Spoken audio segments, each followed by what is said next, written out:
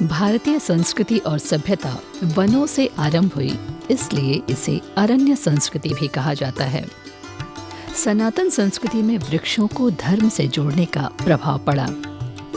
श्रीमद् भागवत गीता में अश्वत्थ सर्व वृक्षाणाम अध्याय 10 के श्लोक 26 में भगवान कहते हैं कि वृक्षों में पवित्र पीपल अश्वत्थ उनकी विभूति है।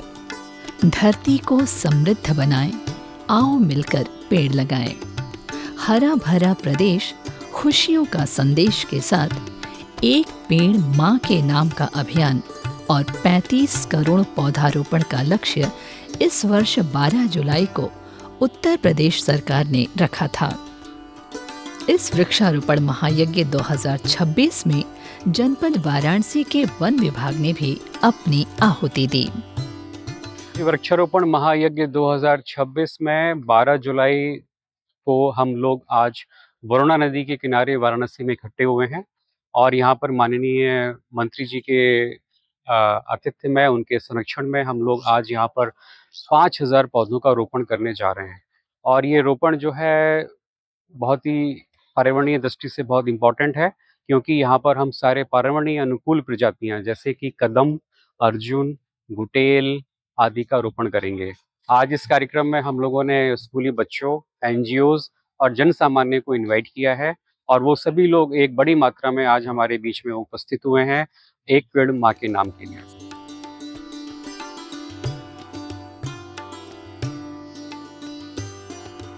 अविरल धारा वृक्षारोपण के तहत वाराणसी में वरुणा नदी के किनारे पौधरोपण का कार्यक्रम आयोजित किया गया। ये कार्यक्रम वन विभाग वाराणसी द्वारा जिला प्रशासन के सहयोग से आयोजित किया गया। वृक्षारोपण महाकुंभ 2026 में शामिल होकर के बहुत गौरवान्वित महसूस कर रहा हूं।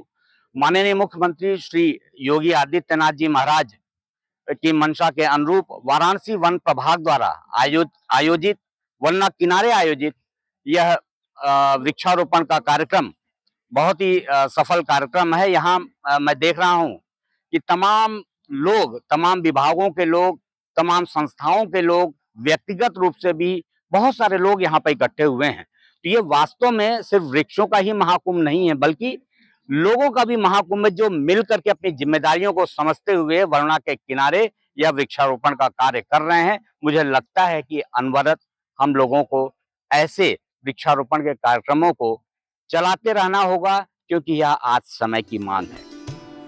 वाराणसी वन वृत्त के अंतर्गत वन प्रभाग द्वारा आयोजित पौधरोपण कार्यक्रम में मुख्य अतिथि स्टाम्प तथा न्यायालय शुल्क एवं पंजीयन विभाग उत्तर प्रदेश सरकार के राज्य मंत्री रविंद्र जायसवाल थे। उन्होंने अपने संबोधन में कहा कि वृक्ष केवल पर्यावरण को संतुलित नहीं रखते, बल्कि वो भविष्य भी सुरक्षित रखते हैं। वाराणसी के सांसद, देश के प्रधानमंत्री माननीय मोदी जी ने आज भारत की अर्थव्यवस्था में भारत को पहुंचा दिया है विश्व के चौथे पावदान पर। लेकिन हम अर्थव्यवस्था में आगे चल जाए, अगर हमारा पर्यावरण खराब हो जाएगा तो हम पैसा कमा करेंगे क्या? कोरोना काल में हमने देखा होगा, ऑक्सीजन के अभाव से मौतें हुई, ऑक्सीजन के अभाव में मौतें हुई है। ऑक्सीजन की सिलेंडर मिलती नहीं थी और सबसे अधिक मृत्यु दर जहां संपन्न देश था, अमेरिका था, इंग्लैंड था, इटली था, उनके पेड़ कम थे, सबसे अधिक मृत्यु दर वहां थी और सबसे कम दर था, जबकि चाइना से आया तो रोग भारत के अंदर था। हम लोगों ने यहाँ पर पहले से ही पर्यावरण की पूजा करते थे, लगा रखे थे। और शहर के अंदर भी गांव की तुलना करेंगे तो मृत्यु दर गांव में कम था, शहर में अधिक था। शहर के पेड़ कट चुके थे, गांव के लोग खुले में सांसें लेते थे, इस कारण से मृत्यु दर वहां कम था। और तब हमारे पुराणों में, हमारे वेदों में यह कहा गया है कि केवल मंदिर नहीं, पूजा करना पड़ेगा पर्यावरण का।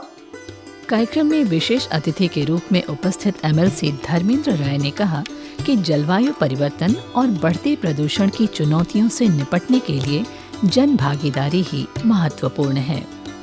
इस बार जो वृक्षारोपण महायज्ञ 2026 हो रहा है, तो इसमें जनपद वाराणसी को लगभग 18.5 लाख का टारगेट प्राप्त हुआ था, जिसमें से 2.92 लाख पौधे जो हम 5 जून को लगा चुके हैं। और आज इस बृहद वृक्षारोपण कार्यक्रम के अंतर्गत पूरे जिले में मिला के लगभग 15.5 लाख पौधों का रोपण किया जाएगा। और आज हम जिस स्थल पर उपस्थित हैं, वहां एक साथ ही 5,000 पौधों का रोपण किया जाएगा, विभिन्न संस्थाओं के द्वारा, बच्चों के द्वारा, एसएचजी की महिलाओं के द्वारा।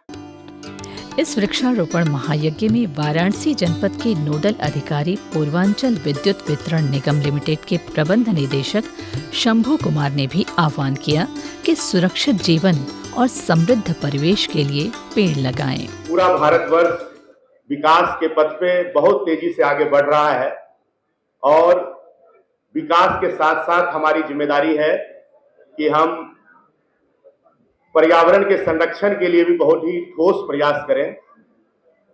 और इसी लक्ष्य को लेकर, पर्यावरण संरक्षण के लक्ष्य को लेकर आज वाराणसी में 18.5 लाख पौधों का रोपण हो रहा है। लगभग 2,500 स्थलों का चयन करके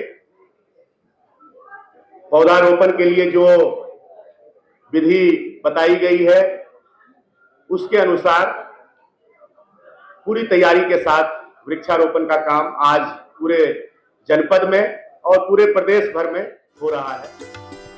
वृक्षारोपण महायज्ञ में राज्य मंत्री रविंद्र जायसवाल तथा एमएलसी धर्मेंद्र राय संग जिलाधिकारी, मुख्य विकास अधिकारी, वन संरक्षक, प्रभागीय वनाधिकारी के नेतृत्व में लगभग 5,000 पौधारोपण किया गया।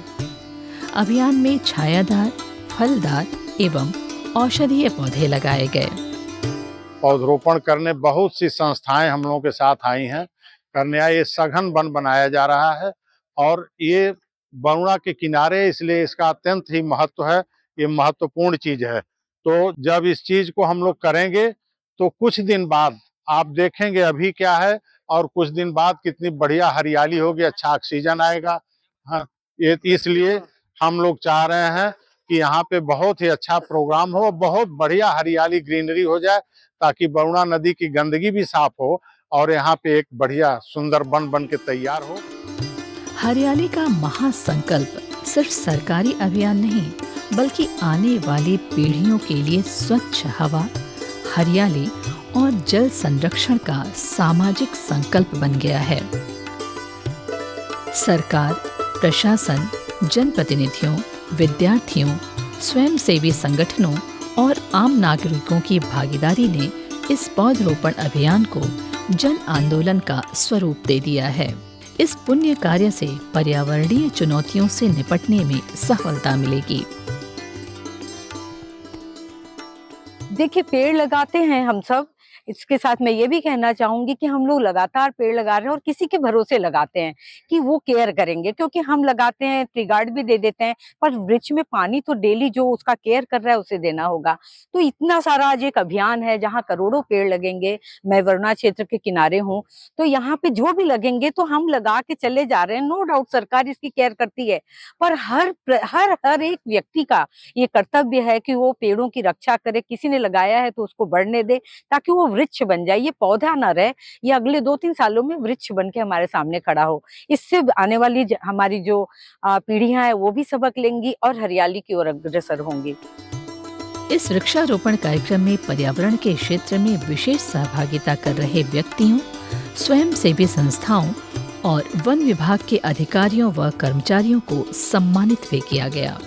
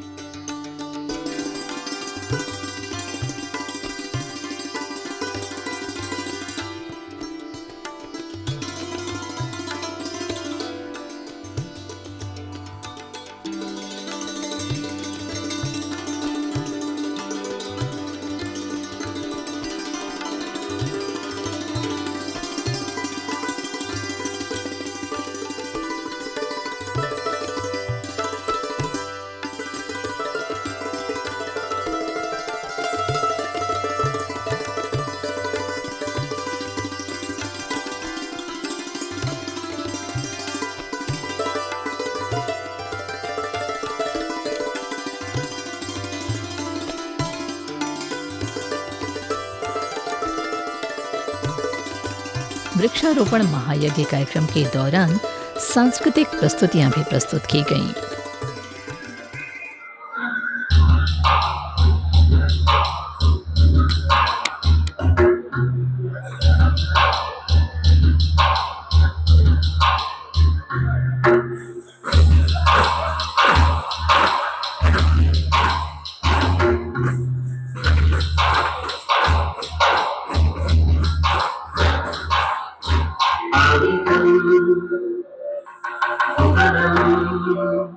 यस्य वाचिकं सर्वमामयं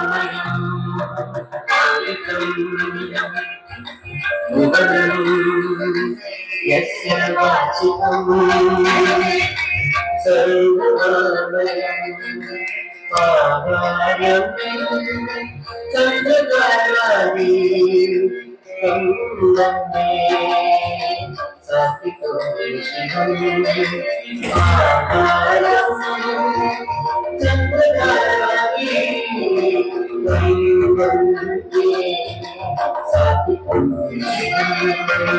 सात्विकं सुवरं यस्य वाचिकं सर्वमामयं सात्विकं सुवरं यस्य वाचिकं सर्वमामयं आहारं चन्द्रकारादिकं वन्दे सात्विकं शिवं आहारं चन्द्रकारादिकं वन्दे सात्विकं शिवं सात्विकं शिवं